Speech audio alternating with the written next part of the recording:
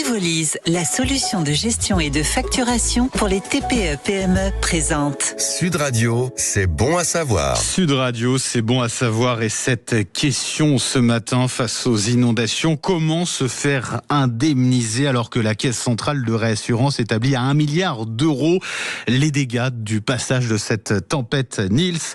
Bonjour Olivier Moustakakis. Bonjour Benjamin Glaise. Vous êtes le cofondateur d'Assurland, comparateur d'assurance en ligne. Un grand merci d'être avec nous. On a besoin de votre expertise justement pour tout comprendre. Déjà, quels sont les premiers réflexes à avoir si on est victime d'une inondation, Olivier Moustakakis ?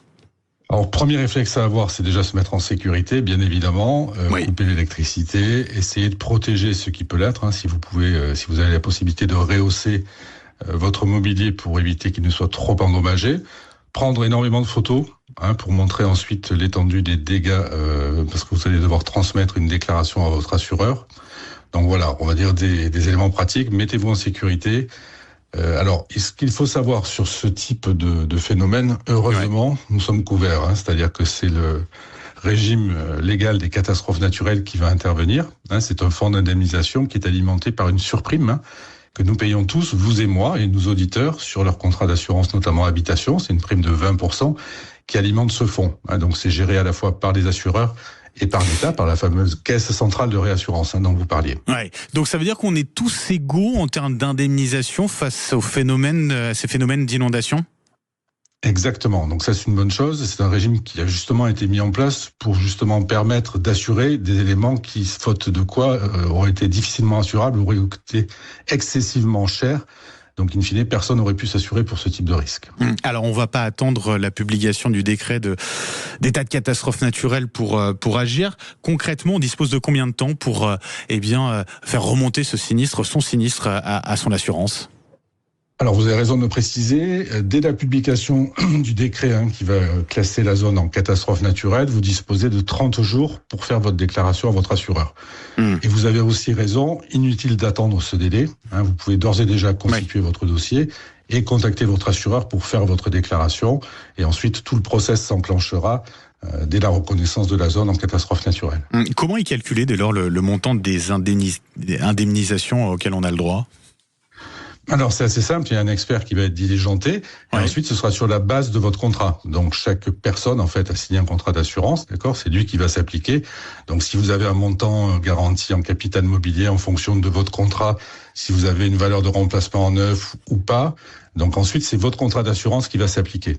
Alors, à chaque phénomène comme ça de catastrophe naturelle, on a des sinistrés qui nous disent ça prend du temps, ça prend énormément de temps avant de se faire véritablement indemniser. Il n'y a pas de délai finalement pour obtenir ces indemnisations ? Alors si, ce délai, il est encadré par la loi, d'accord ?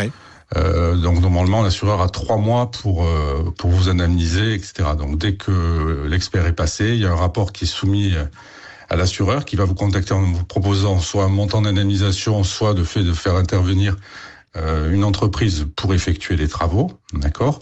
Et à partir du moment où vous donnez votre accord, si c'est une indemnisation, il a 21 jours pour vous régler, et si c'est l'intervention d'une entreprise, il a 1 mois pour diligenter l'entreprise qui va effectuer les travaux.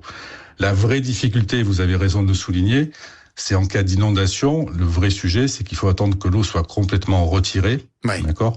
Pour pouvoir que l'expert se déplace et puisse évaluer le montant des dégâts. Donc en effet, dans le cadre des inondations, c'est un process un peu plus douloureux, parce que ça peut prendre du temps, on le voit, il y a des gens qui sont les pieds dans l'eau depuis plusieurs jours, ça peut durer plusieurs semaines.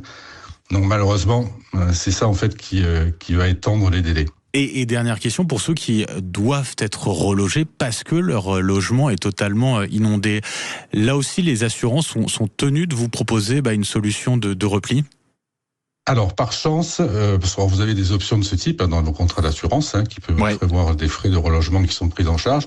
Mais par chance, le régime légal, depuis, c'est assez récent, ça date d'il y a 2 ans, a mis en place la prise en charge jusqu'à 6 mois de vos frais de relogement. Donc, si votre habitation n'est plus habitable ou si vous êtes en danger, le fait de rester chez vous, vous pouvez être pris en charge jusqu'à hauteur de 6 mois pour être relogés. Merci pour ces explications très complètes, Olivier Moustakaki. Je rappelle cofondateur d'Assurland, comparateur d'assurance en ligne. Et puis alors pour ceux qui ont perdu leur facture, c'est important aussi de prendre en photo effectivement ces objets les plus importants, ces capitales en cas d'inondation. Merci beaucoup Olivier Moustakaki, c'est passé une très belle journée.